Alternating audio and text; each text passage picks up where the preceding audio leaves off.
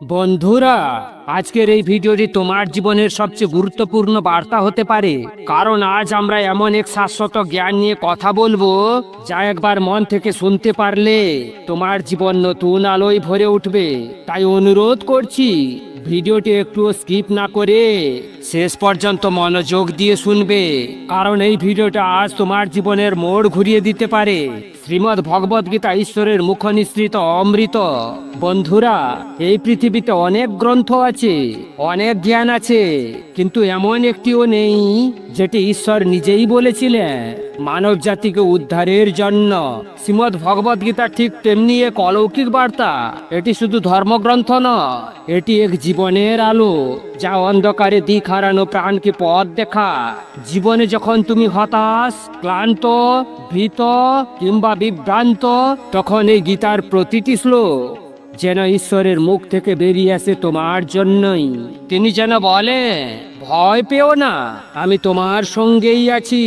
বন্ধুরা, মহাভারতের যুদ্ধ কেবল একটি যুদ্ধ ছিল না, তা ছিল মন ও বিবেকের মধ্যে এক চিরন্তন দ্বন্দ্বের প্রতীক। আর সেই দ্বন্দ্বে যে কথা বলেছিলেন শ্রীকৃষ্ণ, তাই শ্রীমদ্ ভগবদ গীতা। যখন অর্জুন অস্ত্র ফেলে দিলেন কারণ তিনি প্রিয়জনদের বিরুদ্ধে যুদ্ধ করতে পারছিলেন না, তখন শ্রীকৃষ্ণ তাকে সেই অমোঘ জ্ঞান দিলেন যা আজও প্রত্যেক মানুষকে বলে দেয়, কাজ করো কিন্তু ফলের আশা থেকে নিজেকে মুক্ত করো। গীতার মূল শিক্ষা হলো কর্ম করো, ভয় নয়। বন্ধুরা, গীতা আমাদের শেখায় তোমার অধিকার আছে শুধু কর্মে, ফলের নয়। আজকের দিনে আমরা সবাই ফল চাই, সাফল্য, অর্থ, প্রশংসা, কিন্তু কাজের মধ্যে মন না দিয়ে শুধু ফল চাইলে মন অস্থির হয়ে পড়ে, জীবন হয় দিশেহারা। কিন্তু যদি আমরা কাজটিকে পূর্ণভাবে করতে শিখি, তাহলে ফল স্বাভাবিকভাবেই আসবে আর মনে শান্তি থাকবে। শ্রীকৃষ্ণ বলেন, তুমি শুধু তোমার কর্তব্য পালন করো, বাকিটা আমি দেখবো। গীতার আরেকটি শক্তিশালী বার্তা হলো, তুমি এই দেহ নয়, তুমি চিরন্তন আত্মা। যদি আমরা প্রতিদিন এই কথাটি হৃদয়ে গ্রহণ করি, তবে জীবনের ছোট ছোট কষ্ট, অপমান, ভয় সবই হার মানবে। শ্রীকৃষ্ণ বলেন, যা জন্ম নেয় তা একদিন মরবেই, আর যা মরবে তা আবার জন্ম নেবে। তাহলে ভয় কিসের, হার কিসের? তুমি এক অনন্ত আত্মা, তুমি অজেয়, তুমি অমর। ধ্যান, ভক্তি ও জ্ঞান গীতার 3 স্তম্ভ। বন্ধুরা, গীতার বার্তা 3টি পথে মানুষকে উদ্বুদ্ধ করে, জ্ঞানযোগ, কর্মযোগ ও ভক্তিযোগ। এ 3 পথ একসাথে মানুষকে নিয়ে যায় মোক্ষের পথে, অর্থাৎ মুক্তির পথে। কেউ যদি জ্ঞান চায়, গীতা বলে চিন্তা করো। কেউ যদি কাজ করতে চায়, গীতা বলে নিষ্কাম ভাবে করো। আর কেউ যদি ঈশ্বরকে ভালোবাসতে চায়, গীতা বলে একাগ্রভাবে তাকে স্মরণ করো। আজকের জীবনে গীতা কেন এত অপরিহার্য? বন্ধুরা, আজকের দিনে আমরা সবাই ছুটছি, কখনো টাকার পিছনে, কখনো সাফল্যের পিছনে, কিন্তু শান্তি পাচ্ছি না, কারণ আমাদের ভিতরে রয়েছে অস্থিরতা, ভয় ও সন্দেহ।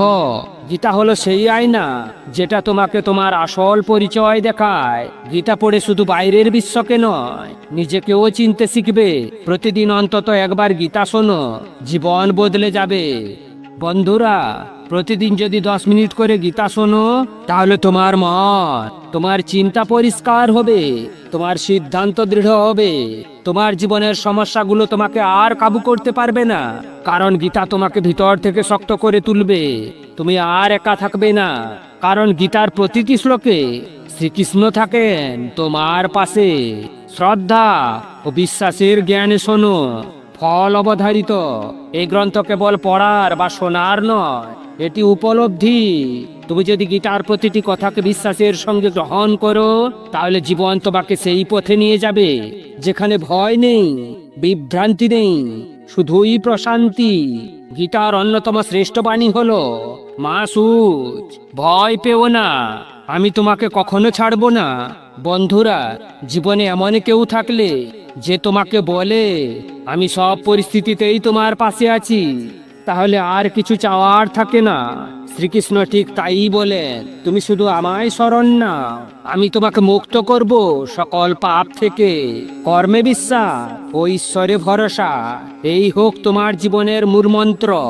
আজকের এই অস্থির ও বিভ্রান্তিকর পৃথিবীতে একমাত্র গীতার জ্ঞানই আমাদের ফিরিয়ে আনতে পারে স্থিতি ও শক্তির পথ। কর্ম করো মন দিয়ে ঈশ্বরের উদ্দেশ্যে, ফল সম্পর্কে দুশ্চিন্তা করো না, তুমি নিজের কর্তব্য পালন করো, বাকিতে তোমার ভগবান দেখবে।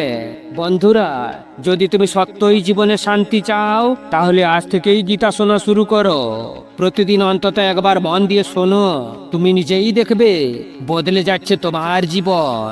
এই ভিডিওটি যদি তোমার মনকে একটু হলেও স্পর্শ করে থাকে, তাহলে দয়া করে লাইক করুন, তোমার অনুভব জানিয়ে দিও, আর অবশ্যই শেয়ার করো তোমার প্রিয়জনদের সঙ্গে, যাতে তার জীবনেও গীতার আলো পৌঁছায়। শান বাংলা মোটিভেশন চ্যানেলের পক্ষ থেকে আমি তোমার পাশে আছি। শুভেচ্ছা রইল, তুমিও ঈশ্বরের আলোয় আলোকিত থাকো সর্বদা। জয় শ্রীকৃষ্ণ, জয় শ্রীমদ্ ভগবদ গীতা।